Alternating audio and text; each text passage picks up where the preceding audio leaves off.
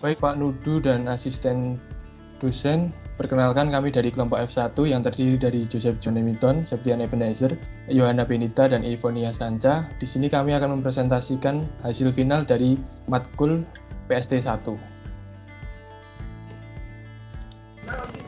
Yang pertama ada unit 1 tentang pengkajian potensi permintaan. Next.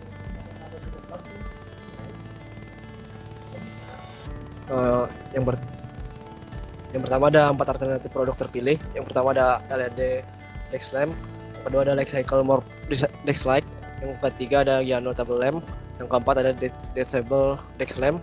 Next.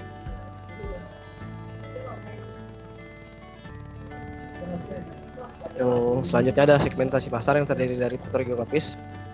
Dari faktor geografis ini terdiri ada produk lampu meja dapat dipasarkan di mana saja tanpa batasan wilayah. Selanjutnya ada faktor psikografis, cocok untuk mahasiswa yang sering menghabiskan waktu di kamar. Yang selanjutnya ada faktor demografis, produk lampu meja cocok bagi mahasiswa yang sedang melaksanakan kuliah daring. Yang keempat ada faktor perilaku, mahasiswa lebih akrab dengan berbelanja di toko online shop dibanding datang langsung ke toko. Next.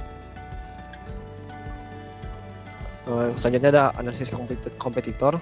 Di sini kami mengambil ada 3 nama perusahaan. Yang pertama Dodge Arts, yang kedua Prosperous, yang ketiga ada We Are Okay. Next.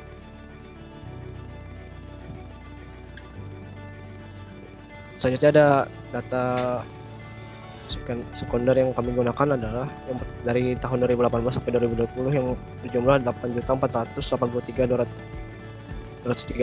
mahasiswa, dan forecasting yang kami ambil dari rentang 2021 sampai 2030. Next. Perangkat penelitian yang kami pakai adalah kuesioner online yang menggunakan platform Google Form, dan teknik sampling yang kami gunakan adalah persamaan finite population correction. Next. Jumlah sampel yang kami ambil adalah 67 yang diambil dari seluruh mahasiswa yang ada di Indonesia. Jumlah responden yang kami dapat adalah 105 mahasiswa. Next. Produk yang dipilih responden yang paling banyak adalah lampu meja 1, yaitu sebanyak 54. Dan alasan yang paling banyak dipilih adalah desain bagus dan simpel dengan presentasi 59,26%. Next. Selanjutnya ada analisis PLC. Produk lampu meja sedang dalam tahap puncak dalam PLC karena kita dalam masa pandemi yang mengakibatkan mahasiswa banyak membutuhkan lampu meja untuk mendukung perkuliahan daring. Dan selanjutnya ada unique selling point. Ciri khas dari produk lampu meja inilah pada bagian tiang lampu yang dapat dinaik turunkan sesuai dengan keinginan dan kebutuhan pengguna, dan bentuk kepala lampu yang memanjang. Next. Strategi komposisi produk. Strategi yang digunakan agar dapat bersaing dengan kompetitor dirancang berdasarkan jawaban responden terkait hal-hal yang dipertimbangkan ketika akan membeli produk lampu meja. Next.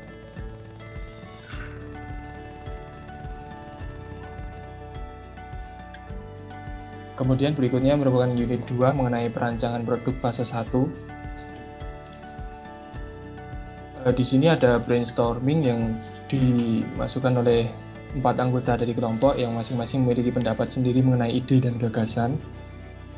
Lalu berikutnya mengenai klarifikasi tujuan, di mana terdapat 3 primary, secondary, dan tertiary. Primernya yaitu fleksibilitas dan keamanan. Kemudian pada penetapan fungsi terdapat 3 komponen, yaitu black box, transparent box, dan fungsi tujuan yang terdapat pada slide.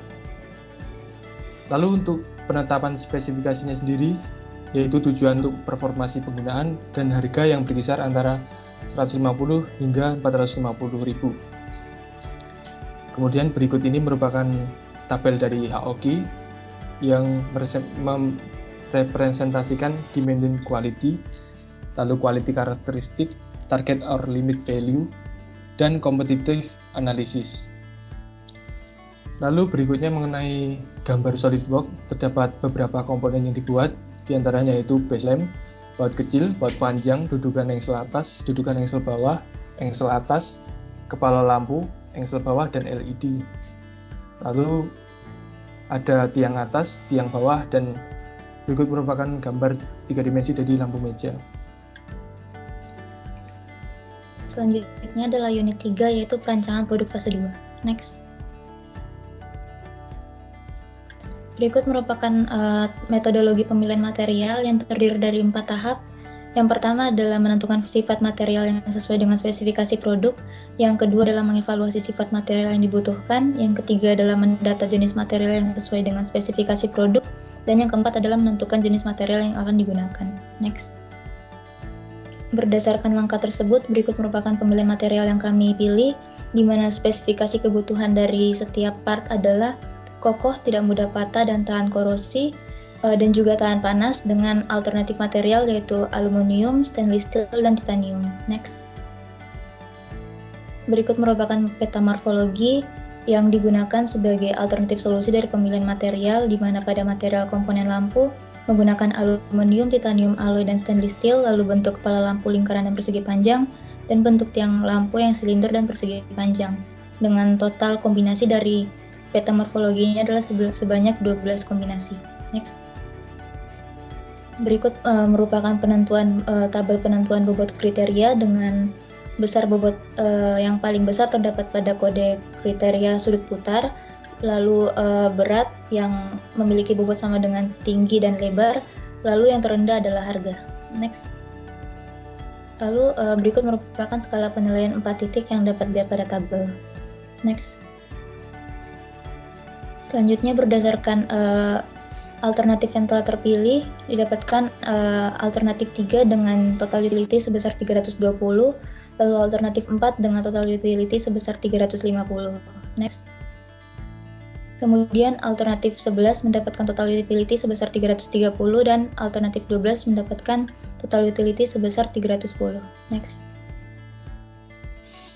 Lalu sebelumnya setelah mendapatkan alternatif tersebut, alternatif terpilih adalah alternatif 4 dengan total utility sebesar 350. Maka besar biaya yang dibutuhkan oleh praktikan adalah sebesar 250.000. Lalu di sini original cost dari value engineering adalah sebesar 31.600 dan redesign sebesar 67.892 dengan perbedaan sebesar 36.292 rupiah. Next. Berikut merupakan bill of material dari lampu meja yang kami rancang. Next. Berikut juga spesifikasi komponen dari part yang akan dibuat. Next. Dan ini merupakan primary part dan material file dari material dari produk yang akan kami buat, yaitu base lampu, dudukan engsel atas kotak, dudukan engsel bawah kotak, dudukan engsel bawah silinder, engsel atas kotak, engsel bawah silinder, engsel bawah kotak, kepala lampu, dan tiang lampu atas dan bawah. Next. Lalu berikut merupakan material yang kami beli, yaitu LED, baut panjang, dan baut kecil. Next. Lalu berikutnya pada unit 4, perancangan produk berbasis antropometri.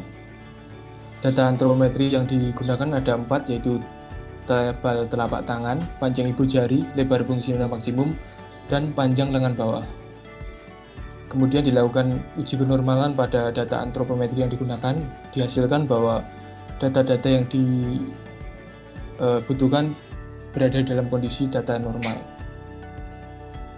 Pada uji keseragaman juga dilakukan pengujian dan hasilnya seluruh data seragam, dan juga dilakukan uji kecukupan dan dihasilkan data cukup karena n-aksen lebih kecil dari jumlah data yang diperlukan. Lalu kepada analisis ergonomi produk, dimensi produk menyesuaikan dengan data antropometri yang ada dan dihasilkan ukuran final untuk tinggi base lampu yaitu 23, lebar base lampu yaitu 120, lebar tiang lampu yaitu 70, tinggi tiang lampu yaitu 390. Lalu untuk kebutuhan kelonggaran manufaktur sebagai berikut.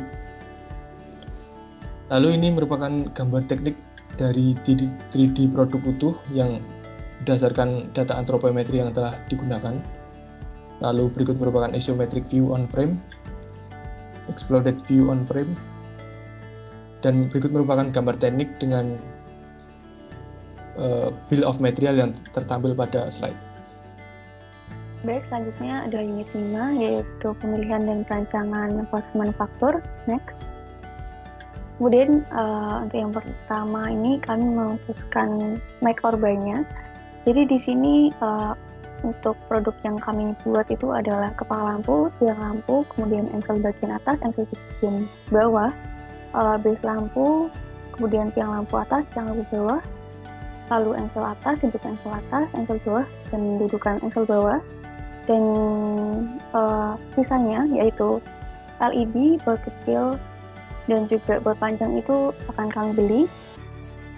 Untuk alasan mengapa kami membuat itu karena part tersebut itu tidak dijual di pasaran secara satuan, dan juga biaya untuk membuatnya itu lebih murah dibandingkan dengan membeli part.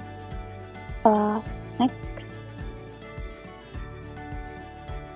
Kemudian selanjutnya adalah matriks identifikasi dan pemilihan proses manufaktur, di mana di sini untuk part yang pertama adalah base lampu. Di sini kami memutuskan untuk menggunakan mesin shearing, mesin milling, dan juga mesin las, lalu mesin gerinda duduk untuk fabrikasinya. Lalu untuk dudukan engsel atas itu kami menggunakan mesin gerinda potong, mesin milling, kemudian mesin las. Lalu untuk dudukan engsel bawah kami menggunakan mesin shearing, mesin milling, kemudian gerinda potong, dan juga mesin las. Lalu untuk engsel atas kami menggunakan mesin gerinda potong dan mesin milling. Next. Kemudian di sini untuk part selanjutnya itu kami menggunakan mesin gerinda potong dan mesin milling. Lalu selanjutnya kami menggunakan gerinda potong juga, milling, dan juga las. Lalu untuk part kepala lampu kami gunakan mesin shearing dan mesin las. Begitu juga dengan part yang atas dan yang bawah. Next. Kemudian ini adalah mesin and tools list yang kami gunakan. Untuk prefabrikasi itu kami gunakan mesin shearing dan gerinda potong. Lalu untuk fabrikasi kami gunakan mesin shearing, gerinda potong, mesin milling, gerinda duduk, dan juga mesin las. Sedangkan untuk assembly-nya kami menggunakan mesin las. Next. Kemudian ini adalah PPO prefabrikasinya, di mana di sini kegiatan operasinya ada 11, inspeksi juga 11, dan penyimpanannya ada 4. Dan total waktunya adalah 66 menit. Next. Kemudian untuk PPO fabrikasinya itu di sini kami terdapat kegiatan operasi sebanyak 60, inspeksi 44, kemudian penyimpanannya 1. Dengan total waktunya adalah 203,8 menit. Kemudian ini adalah assembly chart-nya. Next. Kemudian di sini kami juga membuat untuk PTKTK dari prefabrikasi. Next. Ini adalah PTKTK fabrikasi pemotongan dengan mesin gerinda. Next. Ini adalah PTKTK mesin shearing. Next. Kemudian ini PTKTK fabrikasi milling. Next. Ini adalah PTKTK penghalusan. Next. Dan ini adalah PTKTK pengelasan. Next. Kemudian ini adalah PTKTK terakhir, yaitu PTKTK assembly. Nah, untuk PPM-nya di sini kami yang pertama ada PPM Departemen Pemotongan menggunakan mesin shearing. Next. Kemudian yang kedua ini adalah PPM Departemen Pengadaan dengan menggunakan mesin gerinda duduk. Nah, selain dua mesin tersebut juga ada mesin gerinda, juga milling, dan juga mesin las. Dan juga mesin gerinda dan mesin shearing untuk PPM prefabrikasi. Next. Kemudian untuk pembangkitan data produksi dari demand side ini, untuk yang pertama adalah laju permintaan dari data sekunder, yaitu sebesar 454,64. Kemudian untuk laju permintaan forecastingnya adalah 458,56. Kemudian untuk takt time-nya itu adalah 0,002. Kemudian untuk yang forecastingnya adalah 0,000218. Kemudian untuk dari supply side-nya, laju produksi dari data sekunder ini sama dengan laju permintaan, yaitu 454. Untuk yang forecasting adalah 458. Kemudian untuk waktu siklusnya sama, yaitu 0,2 jam per unit. Kemudian untuk laju realnya juga sama untuk keduanya, yaitu 5 unit per jam.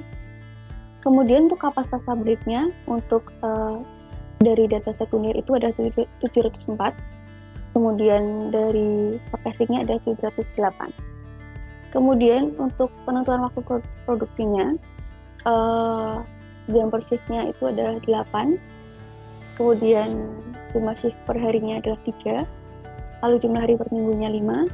Jumlah minggu per bulannya 4, dan jumlah bulan per tahunnya adalah 12. Next. Kemudian ini adalah routing sheet untuk assembly-nya. Next. Ini lanjutan dari routing sheet assembly. Next. Kemudian ini adalah routing sheet fabrikasi. Next.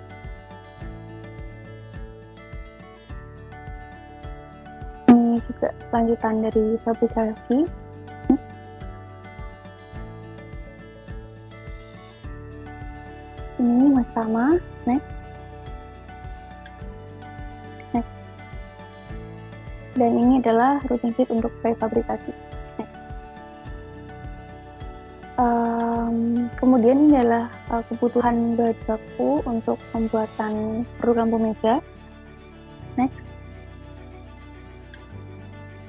Kemudian ini adalah keterangan spesifikasi bahan baku, di mana di sini ada ukuran-ukuran dari masing-masing material yang diperlukan. Next. Selanjutnya adalah unit 6, yaitu perancangan stasiun kerja. Next. Berikut merupakan data antropometri yang digunakan, di mana fasilitas kerja yang dibuat adalah meja kerja, yaitu meja untuk rakitan, meja milling, dan meja untuk gerinda duduk. Di mana antropometri yang digunakan adalah tinggi siku berdiri untuk menganalisis tinggi meja, lalu jangkauan tangan untuk menganalisis lebar meja, TPG atau tinggi pinggang untuk menganalisis tinggi laci meja, dan PRT yaitu panjang rentangan tangan untuk menganalisis panjang meja. Next. Lalu berdasarkan uji kenormalan dan keseragaman data didapatkan data yang normal dan seragam, di mana data p-value yang dimiliki lebih besar daripada nilai alfa yaitu 0,05 dan besar dari rata-rata yang dimiliki pada setiap subgrup berada di dalam batas kendali atas dan batas kendali bawah. Next. Lalu berdasarkan uji kecukupan didapatkan data yang cukup karena nilai n aksen lebih kecil dari n, di mana n adalah sebanyak 105 data. Next. Lalu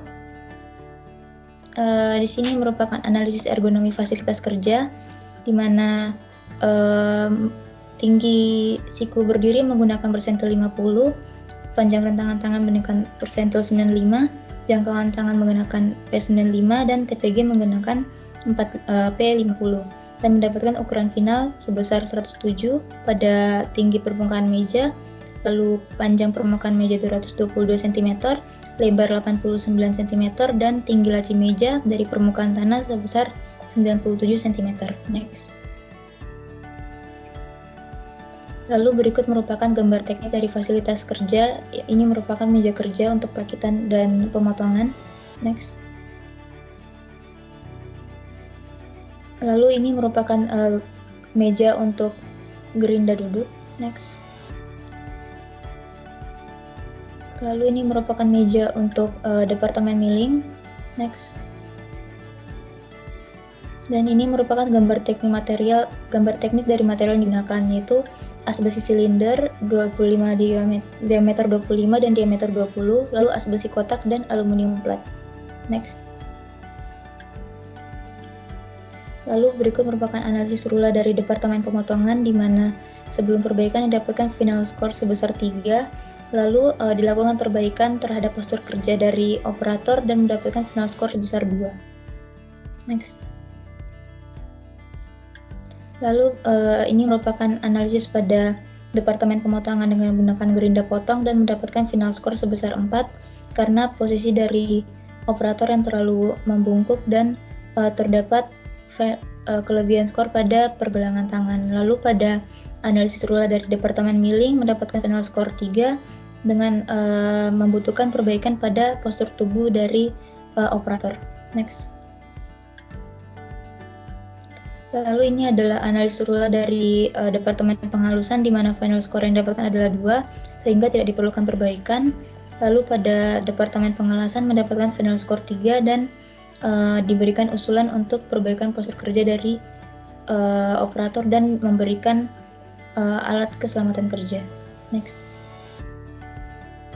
Berikut merupakan departemen assembly dengan final score 3 dan ketika diperbaiki telah mendapatkan final score 2 dengan memperbaiki postur kerja dari operator agar tidak terlalu membungkuk. Next.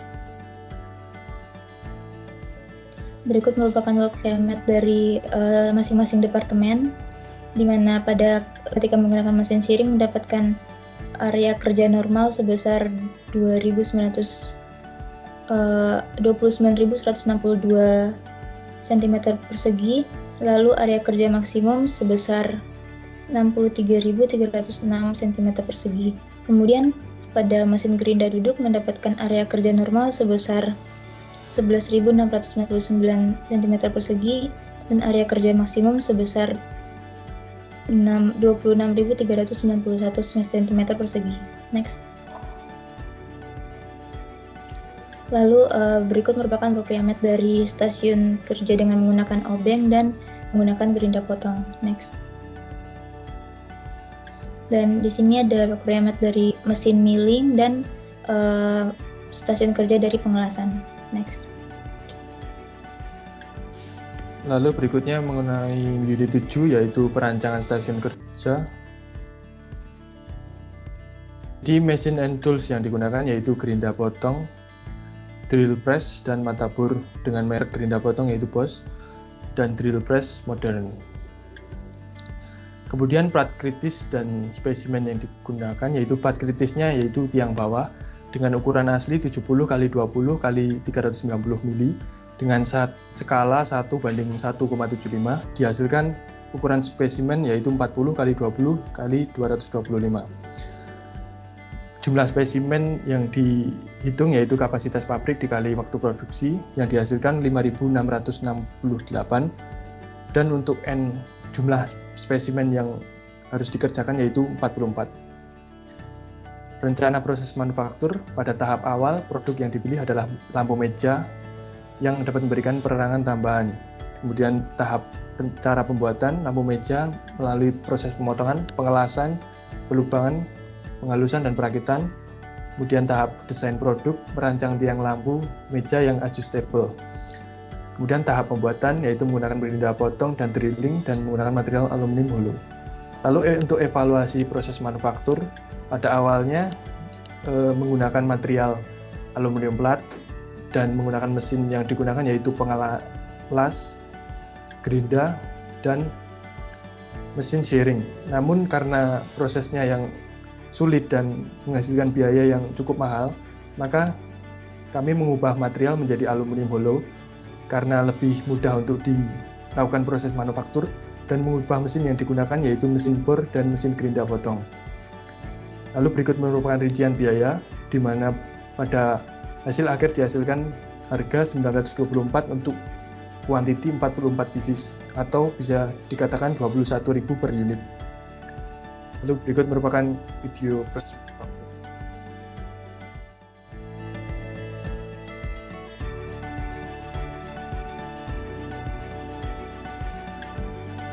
Ini merupakan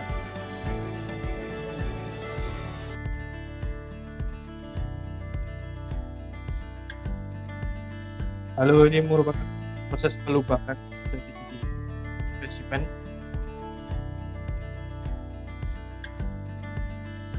Terdapat 3 titik yang harus dibangun.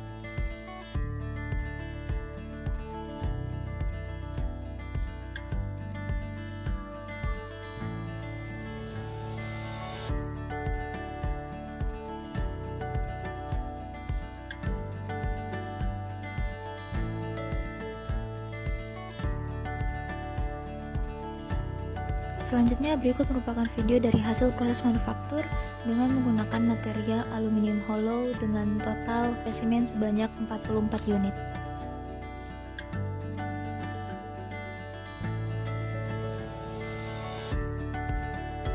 Baik, sekian presentasi final dari kelompok F1. Terima kasih atas perhatiannya dan mohon maaf apabila ada kekurangan.